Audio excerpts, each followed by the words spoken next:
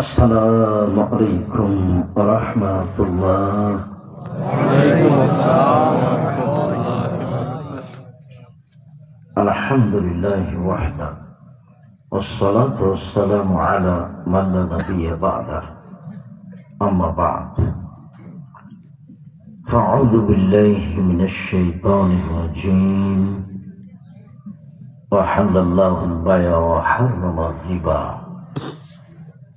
عن جابر رضي الله تعالى عنه قال: لعن رسول الله صلى الله عليه وسلم أكل الربا مكله وكاتبه وشاهديه وقال هم سواء. رواه মুসলিম। সম্মানিত দিনী বৈঠকের মুসলিম ভাই বোন, প্রশংসা আল্লাহর জন্য, শান্তি অবতীর্ণ হোক আল্লাহ রাসূলের উপর সাল্লাল্লাহু আলাইহি ওয়াসাল্লাম। আজকের দিনী বৈঠকে সংক্ষিপ্ত সময়ে বক্তব্যের বিষয় সুদ ও ঘুষ। সুদ ও ঘুষ নিয়ে আমরা এক গুরুত্বপূর্ণ সংক্ষিপ্ত তথ্যবহুল বিবরণের চেষ্টা করব ইনশাআল্লাহুল আজিজ। সম্মানিত দিনী ভাই বোন, যেসব পাপের কারণে সরাসরি জাহান্নাম ঘোষণা হয়েছে তার একটি বড় পাপ হলো সুদ ও ঘুষ। সম্মানিত দিনী ভাই বোন, যেসব পাপের কারণে মানুষ ধ্বংস হবে একথা রাসূল সাল্লাল্লাহু আলাইহি সাল্লাম বলেছেন, তার একটি হচ্ছে সুদ। আবু হুরায়রা রাদিয়াল্লাহু তাআলা আনহু বলেন, রাসূল সাল্লাল্লাহু আলাইহি ওয়াসাল্লাম বলেছেন, ইয়াকুমুল মুবিকাত ইয়াকুমুস সাবাল মুবিকাত, তোমরা 7টি ধ্বংসাত্মক বিষয় হতে বেঁচে থাকো যাতে মানুষ ধ্বংস হবেই। আর একটি হচ্ছে আশিরকু বিল্লাহ, আল্লাহর সাথে শিরক করা। শিরক করলে মানুষ ধ্বংস হবেই। 2, কাতলুন নফস, মানুষকে হত্যা করা। মানুষকে হত্যা করা মহাপাপ। 3, আকলুর রিবা, সুদ খাওয়া। সুদ খেলে মানুষ ধ্বংস হবে।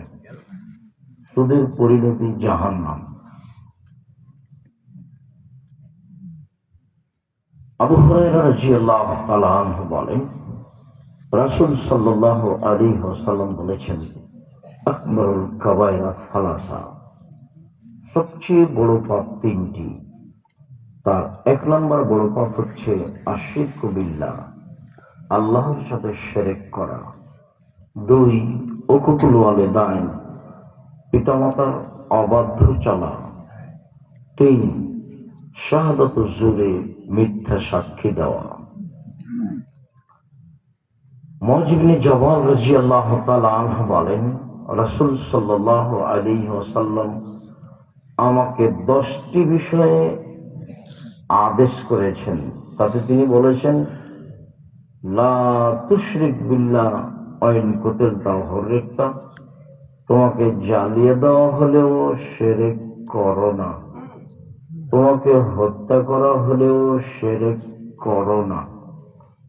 জালেম জুলুম করে হত্যা করলো, নিহত হয়ে গেলে শিরক করো না। জালেম জুলুম করে তোমাকে জ্বালিয়ে দিল, আগুনে জ্বলে ছাই হয়ে গেলে কিন্তু শিরক করো না। যদিও বাংলাদেশে শিরক থেকে বেঁচে থাকার পথঘাট নেই বললেই চলে, কেননা এদেশের ছেলে মেয়ে সকালে স্কুলে গিয়েই বলে, ও কালিমা তোমার আকাশ, ও কালিমা তোমার বাতাস। আকাশ বাতাস তো আর কালিমার নয়, আকাশ বাতাস কার? আল্লাহ। এখন এভাবে মানুষ কিভাবে এদেশে বসবাস করছে, কিভাবে পড়াশোনা করছে, এদের বিদ্যা বুদ্ধি বা কি আমার কাছে ধরা পড়েনি। কিভাবে এদেশের শিক্ষক কলেজের নামে, বিশ্ববিদ্যালয়ের নামে শিক্ষা অর্জন করছে ও করাচ্ছে, এটাই বা শিক্ষা কেমন, তা আমার কাছে ধরা পড়েনি কোনোদিন। আর আমি আপনাকে আর আপনার শিক্ষককে শিক্ষিত মানুষ মনেও করি না। মনে করলে তো আপনার একটা প্রতিবাদ থাকতো, আপনি তো আগ্রহ সহকারে এই কবিতা পড়েন। ঠাকুর তো মুসলমানের শত্রু, ঠাকুর তো বাঙালিদের শত্রু, ঠাকুর তো ঢাকা বিশ্ববিদ্যালয়ের শত্রু, ঠাকুর তো জাতির শত্রু। গোটা ভারত বাংলাদেশ পাকিস্তানের শত্রু ঠাকুর। কি করে? মুসলমানেরা যখন ইংরেজদের হাতে লজ্জিত অপমানিত জেল হাজতে, তখন ঠাকুর লন্ডনে মুচ পাকায়। তখন ঠাকুর লন্ডনে সম্মান ভোগ করে, বিলাসবহুল জীবন কাটায় ঠাকুর। যখন ভারত বাংলাদেশ পাকিস্তান ইংরেজদের হাতে নির্যাতিত, ঠাকুর আপনার বন্ধু হলো কি করে? আপনার ঠাকুরের উপরে একটু ঘৃণা জন্মিল না? ঠাকুর বলছে কালিমার আকাশ, কালিমার বাতাস, আর আপনি কোন অশিক্ষিত বর্বর মানুষ। খারাপ লাগে বেটা? খারাপ লাগে কেন? আমি বলছি তো, আমি সত্য বলছি, তোমাকে খারাপ লাগে না কেন? তোমার সাথে এটা মিঠে স্বাদ হলো কি করে? কি করে এটা হতে পারে? হয় কি করে? তুমি একজন মুসলমানের ঘরের মানুষ, এটা খারাপ লাগে না? এই জাতি কি করে বাঁচতে পারে? বিচারের মাঠে মানুষের যেই পরিমাণ পাপ থাকবে, আল্লাহ সেই পরিমাণ ক্ষমা নিয়ে উপস্থিত হবেন, শিরক ব্যতীত। বিচারের মাঠে মানুষের যেই পরিমাণ পাপ থাকবে, সেই পরিমাণ আল্লাহর কাছে ক্ষমা থাকবে, শিরক ব্যতীত। শিরক থাকলে বিচারের মাঠে তার ক্ষমা হবে না। আল্লাহ বিচারের মাঠে বলবেন, যে পরিমাণ তোমার পাপ সেই পরিমাণ আমার ক্ষমা, যে পরিমাণ তোমার পাপ সেই পরিমাণ আমার ক্ষমা। তোমার পাপ যত আমার ক্ষমা তত, তোমার পাপ যত আমার ক্ষমা তত, যদি শিরক না থাকে। তাহলে বাঙালিরা কি করতে পারে? বাংলাদেশ এমন একটা দেশ যাতে শিরকের বন্যা বহে, শিরকের বন্যা। আমরা তো মনে করি বন্যার সময় পানির বন্যা দেখি, এদেশে আছে শিরকের বন্যা। সবাই, ছাত্র শিক্ষক ছাত্র ছাত্রী মা বাপ সবাই। মোবাইল যেমন এখন সবার হাতে, মায়ের হাতে মোবাইল আছে, বড় মোবাইল, ল্যাংটা মেয়ে মা দেখে। বেটির হাতেও লম্বা বড় মোবাইল আছে, বেটিও ল্যাংটা মেয়ে দেখে। বেটার হাতেও আছে, বেটাও দেখে। বাপের হাতে আছে, বাপও দেখে। সবাই একই রকম। জেনাই সয়লাব দেশ। আল্লাহর নবী বলছেন, আইনা নেত্তাজনিয়ানে জেনা হুমান নাজর, দুই চোখের জেনা হচ্ছে চোখ দিয়ে দেখা। ওজনানে জেনা হল ইস্তেমাও, দুই কানের জেনা হচ্ছে কান দিয়ে শোনা। ইয়াদ জেনা হল বাক্স, হাতের জেনা হচ্ছে হাত দিয়ে ধরা। আর জেনা জেনা রিজলাল মাসি, পায়ের জেনা হচ্ছে পা দিয়ে চলা। জেনাল কাল তাতামানা তাস্তাহি, অন্তরের জেনা হচ্ছে পরিকল্পনা করা। জেনাল লেসানা নতপ, জিহ্বার জেনা হচ্ছে কথা বলা। তাহলে বাড়িতে একবারে জেনাই সয়লাব। ভূমিকম্প তো হবেই, এটা স্বাভাবিক ব্যাপার, আরো হবে। আল্লাহর নবী বলছেন, তিনটা বিপদ নেমে আসে তিনটা পাপের কারণে। তিনটি বিপদ নেমে আসে তিনটি পাপের কারণে। এক, ভূমিকম্প হবে। দুই, আকার আকৃতি পরিবর্তন। সন্ধ্যায় ছিল মানুষ, সকালে হবে শুঁড়, শুকুর, বানর হবে সকালে। তিন, বিপদ নেমে আসবে, ঝামেলা, সমস্যা, হইচই, মারামারি সব জায়গায়, কেউ কাউকে মানবে না। তিনটা সমস্যা। এক, ভূমিকম্প। দুই, আকার আকৃতি পরিবর্তন। সন্ধ্যায় থাকবে মানুষ, সকালে হবে শুঁড়, বানর। তিন সমস্যা। পাপ, এরা শারিবুল খমরা, যখন মানুষ নেশাদার দ্রব্য পান করবে। দুই, জাহরাতুল কায়নাত, মেয়েরা যখন নাচবে। তিন, জরাবুবিল মাআসিফ, যখন মানুষ বাদ্যযন্ত্রে লিপ্ত হবে। তো সব দোকানেই বাজনা বাজে, সব মোবাইলেই বাজনা বাজে, সব বাড়িতেই বাজনা বাজে, সব দোকানে মেয়ে নাচে, সব মোবাইলে মেয়ে নাচে, সব দোকানে মেয়ে নাচে, সব বাড়িতে মেয়ে নাচে। ভূমিকম্প তো স্বাভাবিক ব্যাপার। সম্মানিত দিনী ভাই বোন, বলছিলাম যে যেসব পাপের কারণে সরাসরি জাহান্নাম ঘোষণা হয়েছে, সুদ তার একটি বড় পাপ। সাথে সাথে আপনাকে আরো অবাক হতে হয় একটা বিষয়, যে সুদের পাপের জন্য রাসূল সাল্লাল্লাহু আলাইহি ওয়াসাল্লাম যে ভাষা উল্লেখ করেছেন, সেই ভাষা পাপের জগতে আর কোনো পাপের জন্য উল্লেখ করেননি। সুদের জন্য যে ভাষা আল্লাহ রাসূল উল্লেখ করেছেন, সেই ভাষা পাপের জগতে আর কোনো পাপের জন্য উল্লেখ করেননি। আগে আমি আপনাকে একটু ভাষাটা দেখাই। রাসূল সাল্লাল্লাহু আলাইহি ওয়াসাল্লাম বলেন, দিরহাম রিবা ওয়া ইয়ালাম আসাদ্দু মিন সিত্তাতি ওয়া সালাসিনা জিনিয়া। কেউ যদি জেনে শুনে 1 টাকা সুদ খায়, 36 বার জেনা করে যত পাপ হবে, 1 টাকা সুদ খেলে তার চেয়ে বেশি পাপ হবে।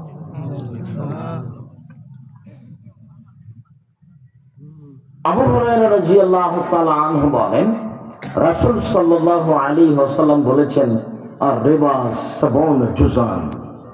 আয়েশা রাদিয়াল্লাহু আনহা, সুদের পাপের 70টি ভাগ রয়েছে, ছোট থেকে বড়, বড় থেকে ছোট। তার সবচেয়ে ছোট ভাগ হলো মার সাথে জেনা করলে যেমন পাপ হয়। শিরক মহাপাপ। এই ছেলে, যে বাইরে কে কথা বলছে তোমরা শুনতে পাও না? যাও পাড়ার ছেলেরা দেখো বাইরে কি গল্প করছে, ওর একটু শরম হয় না কেন? তুই ইতস্ত বোধ করে না কেন? কথা কেন আপনার এখন? আপনি অনুকূলে হলে বসেন, প্রতিকূলে হলে যান। সম্মানিত দিনী ভাই বোন, শিরক মহাপাপ ভাষা এরকম নয়। বাপ মায়ের অবাধ্য চলা মহাপাপ ভাষা এমন নয়। মিথ্যা সাক্ষী দেওয়া মহাপাপ। ময়মনসিংহ জেলে শত হাজারো মানুষ আছে, 20, 25, 30 বছর থেকে। ও নিজেই জানে না আমি কেন জেলে।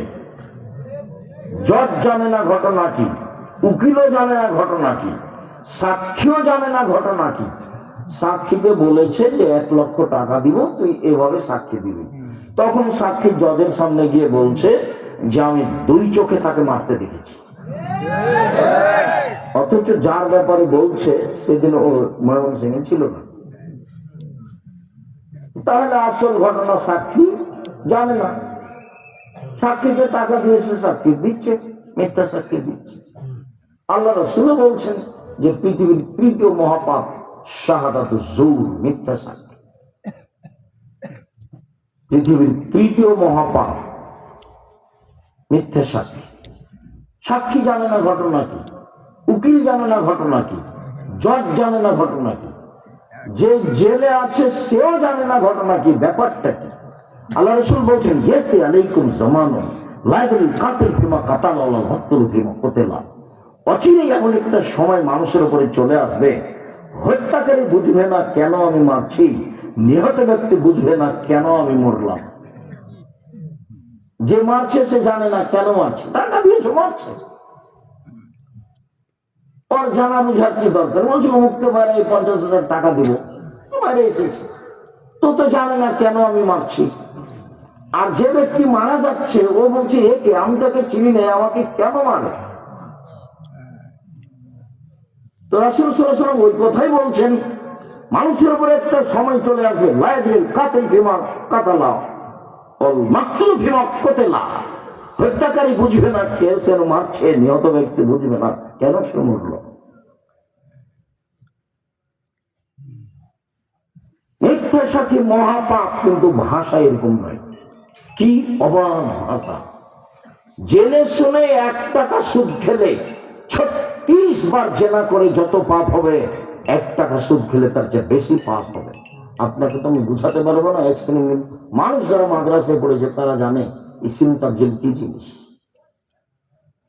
আসাদ্দু মিন সিত্তাতি ওয়া সালাসিনা জিনিয়া, 36 বার জেনা করে যত পাপ হবে তার চেয়ে অনেক অনেক অনেক বেশি পাপ হবে 1 টাকা সুদ খেলে। তোমার মা কিস্তিতে টাকা উঠায়, তোমার বাপ উঠায়, লোন নিয়ে ব্যবসা করে, ব্যাংকে চাকরি করে, লোন পেয়েছে, 50 লক্ষ টাকা বাড়ি করেছে, লিফট আছে। তোমরা বাপ বেটা মা বেটি লিফটে উঠো আর নামো, 350 টাকা দিয়ে আইসক্রিম কিনো, বাড়িতে 5 তলা, খুশির ব্যাপার। তোমার বাপের জানাজা হবে না। ঋণ আছে তো জানাজা নেই। রাসূল সাল্লাল্লাহু আলাইহি ওয়াসাল্লাম বললেন যে এর কি ঋণ পরিশোধের ব্যবস্থা হচ্ছে? না, তাহলে আমি গেলাম, জানাজাই হবে না। তোমার বাপের জানাজাই হবে না। হুজুর করে দেয়, এখন দেয়, আর আমার কি করার? তুমি আমাকে একদিন করে দাও, বলিয়ে দেখো তো দেখি। বলে আব্দুল রাজ্জাক সাহেব, আমার বাপের লোন আছে, 5 কোটি টাকা দিব, আপনার জামিয়া সালাতে ওই যে জানাজাটা করে দেন।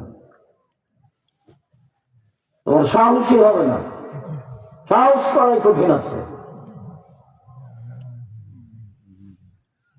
সম্মানিত দিনী ভাই বোন, বলছিলাম মানুষকে হত্যা করা মহাপাপ, কিন্তু ভাষা এরকম নয়।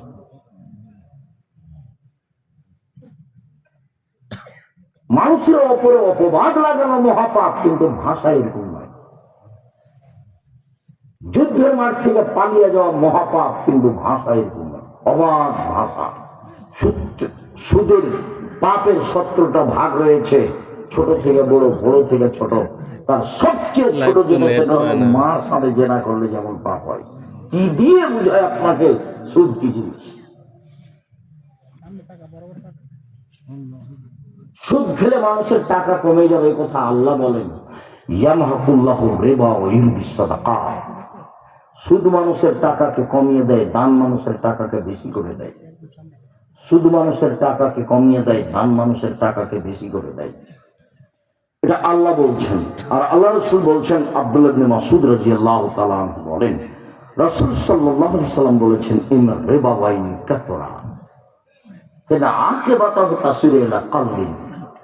যদিও সুদ বাহ্যিকভাবে বেশি হয়, কিন্তু তার শেষ পরিণতি হচ্ছে নিঃস্ব। যে সুদ খাবে সে নিঃস্ব হবেই।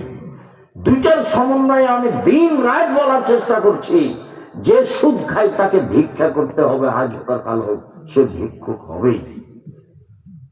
মানুষকে বিপদে ফেলে সে সুবিধা ভোগ করবে, এমনটা হতে পারে না।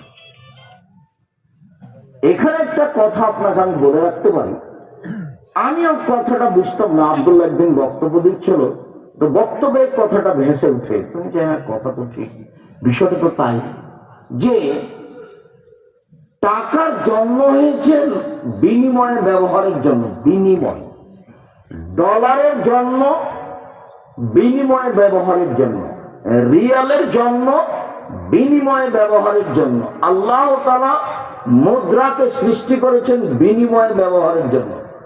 আমি 1 গ্লাস পানি নিয়েছি, 1 বোতল পানি কিনেছি, বিনিময়ে টাকা দিয়েছি। তাহলে টাকার জন্ম কেন? বিনিময় ব্যবহারের জন্য। আল্লাহ এই জন্য টাকাকে সৃষ্টি করেছে, মুদ্রাকে সৃষ্টি করেছে। আমি 10 কেজি চাউল কিনেছি, বিনিময়ে আমি ডলার দিয়েছি। এই যে মুদ্রা বিনিময় ব্যবহারের জন্য জন্ম। আমি 10 কেজি গম কিনেছি, বিনিময়ে আমি রিয়াল দিয়েছি, সৌদি মুদ্রা। তো এই যে মুদ্রা বিনিময়ে ব্যবহার হয়। কিন্তু যখন টাকা দিয়ে টাকা নেওয়া হয়, তখন ও আর বিনিময়ে ব্যবহার হলো না, হুবাহু ওইটা দিয়ে ওইটা নেওয়া হলো। তখন এই মুদ্রার উপরে জুলুম হলো, জুলুম। আর যার উপরে জুলুম হবে সে থাকতে পারবে না। মুদ্রাকে আল্লাহ বিনিময়ে ব্যবহারের জন্য সৃষ্টি করেছেন। তো যখন মুদ্রা বিনিময়ে ব্যবহার হবে না, মুদ্রা দিয়েই মুদ্রা বেশি হবে, টাকা দিয়েই টাকা বেশি হবে, তখন টাকার উপরে কি করা হবে? জুলুম করা হবে। তখন আর থাকতে পারবে না। আপনারা আজকের প্রোগ্রামে যাকে সভাপতি করেছেন, সভাপতি করে বসে বলছেন আপনি নিচে মাটির উপরে বসেন, তাহলে উনি নিজেকে কি মনে করবেন? অপবাদ মনে করবেন, অপমান মনে করবেন না? তখন উনি দেখবেন যে তো হলো না, ধীরে উঠে চলে যাবেন। কাকাকে যখন তার জন্মের